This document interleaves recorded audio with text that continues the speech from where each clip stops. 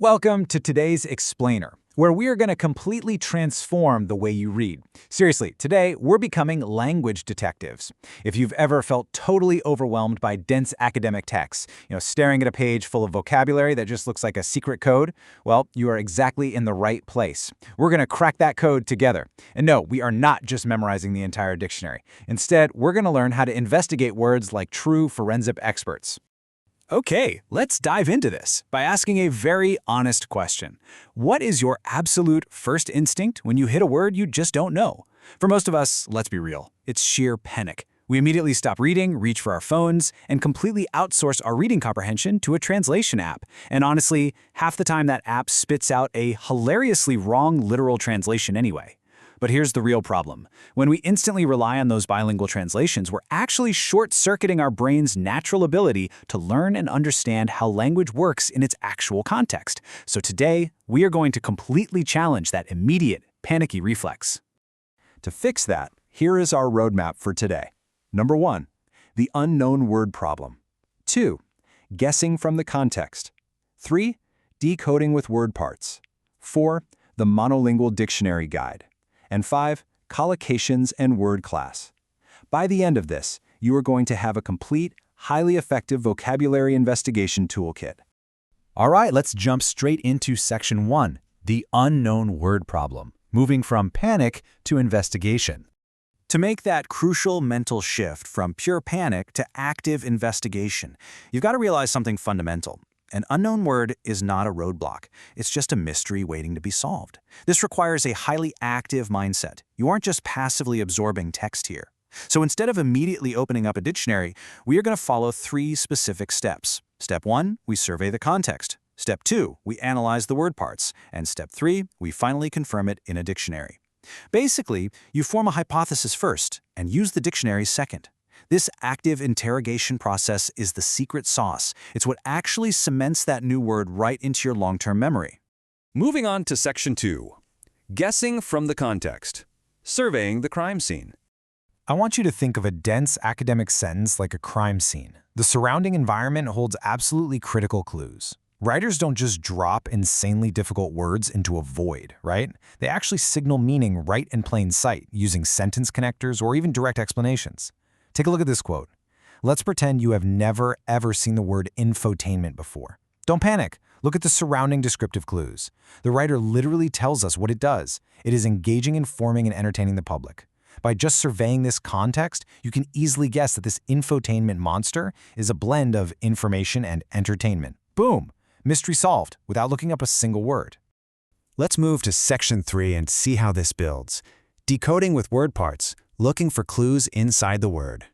So, once we've surveyed the outer environment, we can start looking at the internal architecture of the word itself. You see, many academic words are built from foundational pieces, and recognizing these prefixes, it gives you a massive advantage on the fly.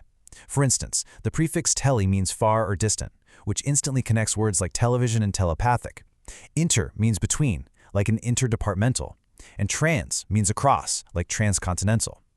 Recognizing these little building blocks unlocks a core part of the word's meaning instantly. It gives you incredible momentum when you're reading. Which brings us to Section 4, the monolingual dictionary guide. Welcome to the forensics lab. Okay, so once you have your working hypothesis from the context and the word parts, it is finally time to use the dictionary. But we don't view it as a crutch. An English-to-English dictionary is our forensics lab, where we go to confirm our well-researched theories. And this brilliantly illustrates why stepping away from translations is so powerful.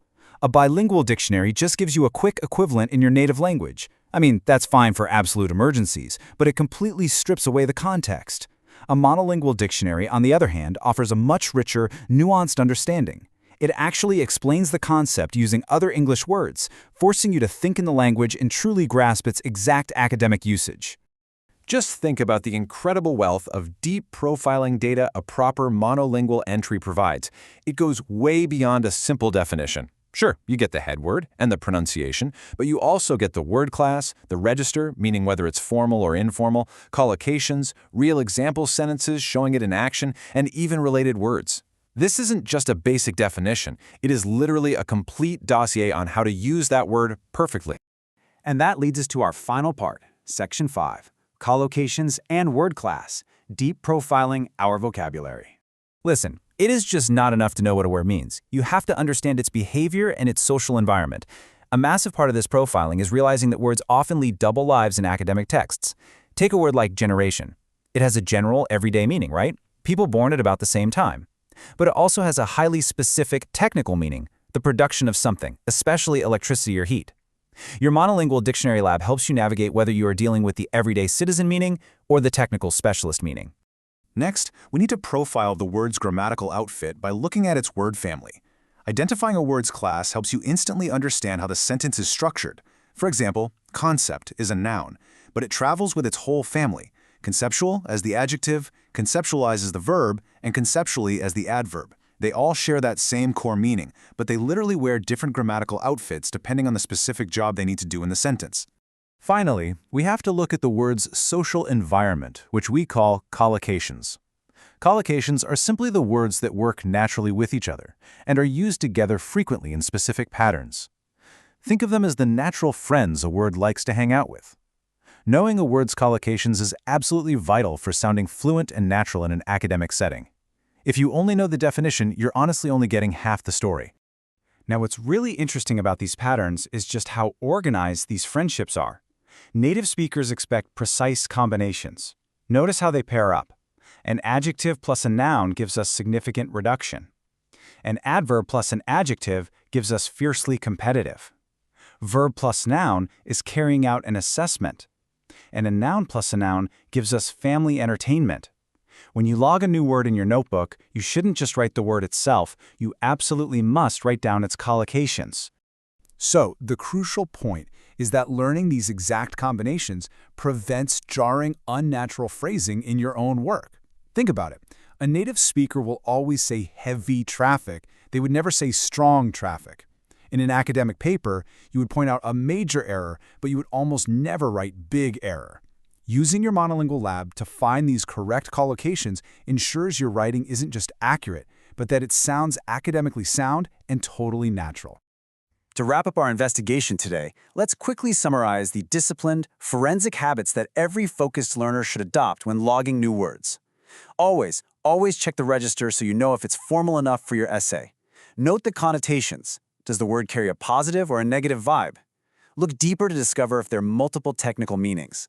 And finally, jot down those grammatical patterns and collocations so you actually know how to use the word yourself in the wild. We've covered a ton of ground today, moving all the way from the panic of unknown words to the confident, strategic investigation of a true language detective. You now have the tools to survey the context, analyze word parts, and dive deep into your monolingual dictionary lab to uncover collocations and word classes. So, I'm going to leave you with this final, provocative thought. How will you apply this detective work to the very next article you read? It is time to ditch that translation crutch and step confidently into your next academic challenge. Thanks for joining me on this explainer, and hey, happy investigating!